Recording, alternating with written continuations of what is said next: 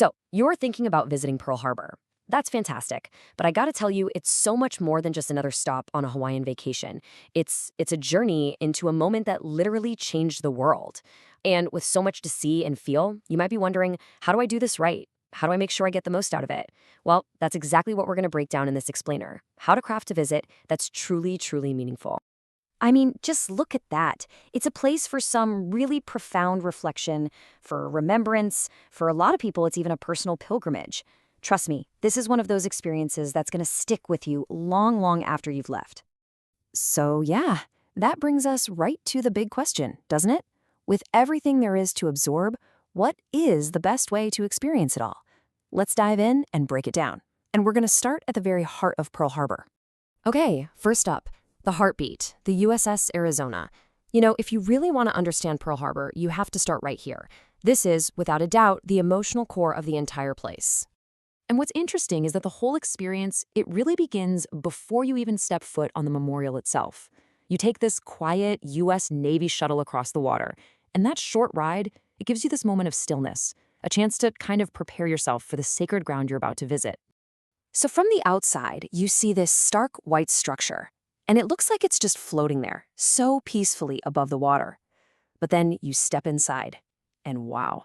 The design is completely open air, and your eyes are immediately drawn in two directions. Down, to the shadow of the submerged battleship below, and then up, to this massive wall engraved with all the names of the fallen. 1,177.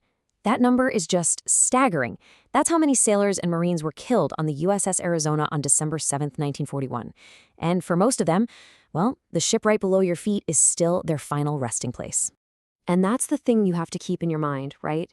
Each one was more than just a number. They were sons, brothers, husbands, fathers.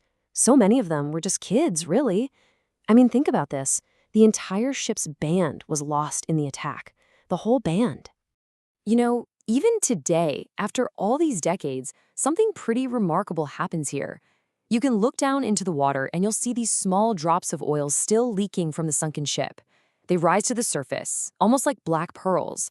They call them the tears of the Arizona. It's this constant, living, physical reminder of the lost right there beneath you. But you know, the story of Pearl Harbor, it isn't just about loss. It's also about the journey from that loss to ultimate victory. And that next chapter of the story, well, it unfolds just a short shuttle ride away. And this right here is such a powerful visual. Just think about what you're seeing. On one side, you've got this rusted turret from the sunken Arizona. And on the other, you have the absolutely formidable USS Missouri, docked right there behind it.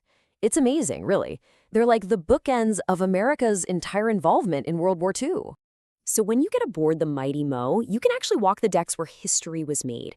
You can literally see the dent from a kamikaze attack, this incredible scar from the war's final, desperate fury. And then, the big one, you can stand on the exact spot on the surrender deck where Japan formally surrendered and World War II came to an end. It's just wild. All right, so we've talked about the battleships, but the story of Pearl Harbor goes beyond them. There are two other key sites you've got to see to really complete the picture. First, the Aviation Museum. This place shifts your whole perspective from the sea to the sky. And what's so cool and chilling is that it's housed in these historic hangars that actually survived the attack.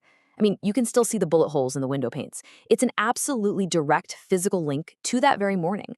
And then you've got the world beneath the waves with the USS Bowfin submarine. Its nickname, the Pearl Harbor Avenger. Why? Because it was launched exactly 1 year to the day after the attack.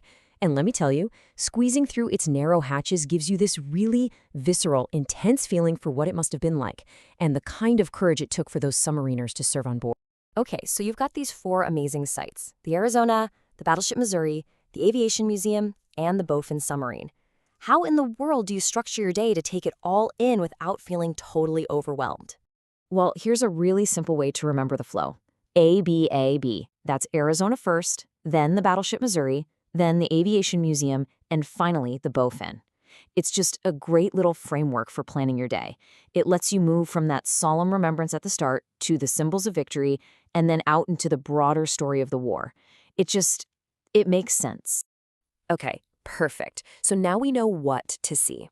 Let's switch gears and talk about the practical stuff. How do you actually plan your perfect visit and make sure the whole thing goes off without a hitch?